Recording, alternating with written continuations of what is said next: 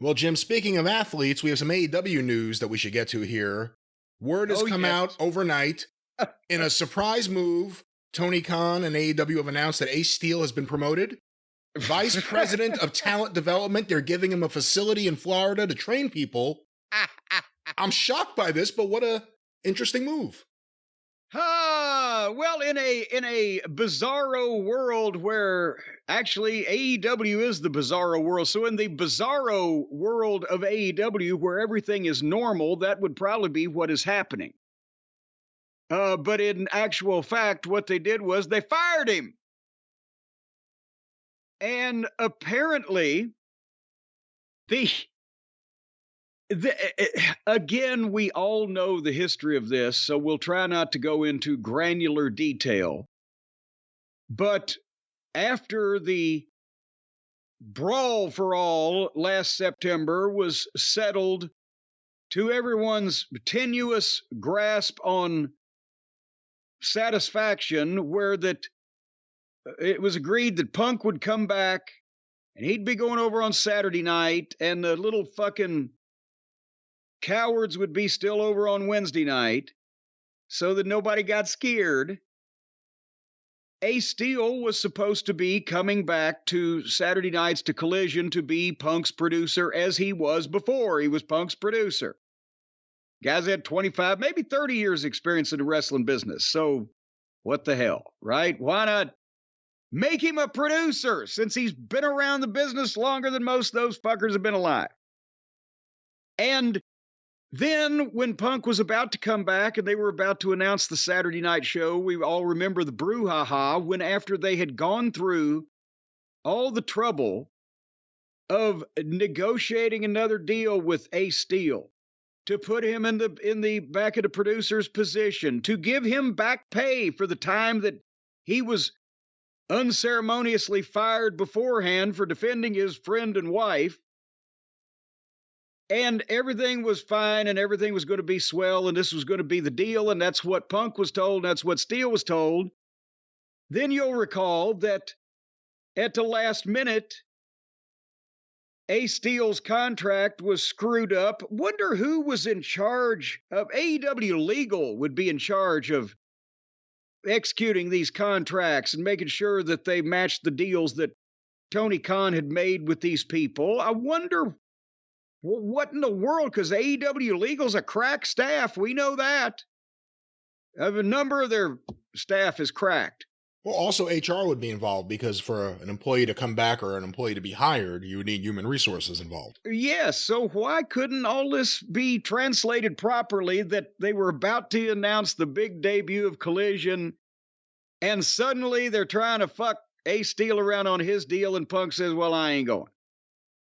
And they have to get past all of that and get everything settled again. And then, as soon as they make the deal, they were basically ended up with, they gave Ace Steel his job back, but said, you can't do it. We'll pay you for it, and that's your job, but you have to work from home because people don't want you around because of all of the backstage brawls that you've been involved in your 30 years in wrestling, all one of them. They were scared of him, so they were paying him to work from home. You can't be a wrestling producer from home. And again, they were lied to and misrepresented to, and still Punk finally agreed to come back and try to save that fucking sinking ship. And Steel agreed to fucking work from home. You know, we talked about for 4 fucking years. Tony wouldn't fire anybody. He had wrestlers without all of their proper God-given appendages. He wouldn't fire them. He had the worst wrestlers of the indie scene that couldn't even be shown on television. He'd pay them for 2-3 years. He wouldn't fire them. Now, in a space of a week, he not only fires the biggest star he's had the whole time he's been running this fucking joint, but how do you fire Ace Steel over this? By the way, Ace Steel's now been fired twice by AEW. He's the Iron Sheik of AEW. And again, they just gave him his job back. They just said, okay, you're back. We're paying you. You work for the company. You're going to do something. You can't come to TV, but you're going to do something. This deal has been made. And Ace Steel wasn't in London. Ace Steel didn't front face like Jungle Boy. Ace Steel wasn't even there. It was Punk. Punk front face locked him. But all of us, as soon as now they feel brave enough that as soon as they get rid of the evil CM Punk, this guy who had put up with everything else that they'd fucking done to him and would fucking making him sit at home and not do what he was supposed to do, and the time that he was maligned publicly because he was helping his wife and his friend. And then as soon as they feel like, okay, Punk's gone, now we can just fire him again. He didn't do anything new. If you gave him his job back a little while ago, well, he ain't done anything else. He wasn't even there. They're just liars and fucking backstabbers. Not Tony, the people really running his company. The fucking legal team and her buckaroos. I'm sorry, I'm just cranky today. No, I mean, that's the big thing. If Ace Steel was rehired and hasn't done anything, he hasn't interacted with anyone, he hasn't been there to cause trouble, whatever job they're asking him to do, I'm assuming he's doing it, that it's not just a, we'll pay you to stay home kind of thing.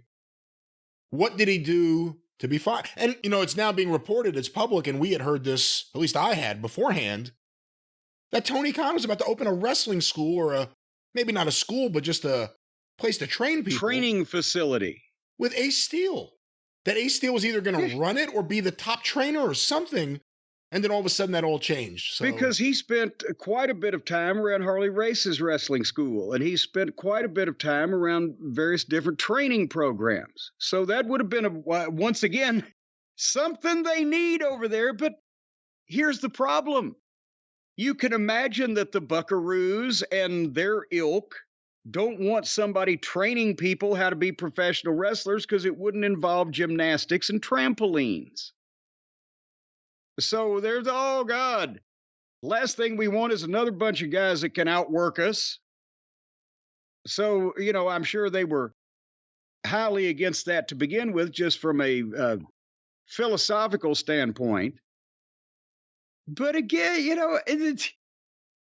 the only people he has ever fired are his biggest star and his biggest star's producer twice.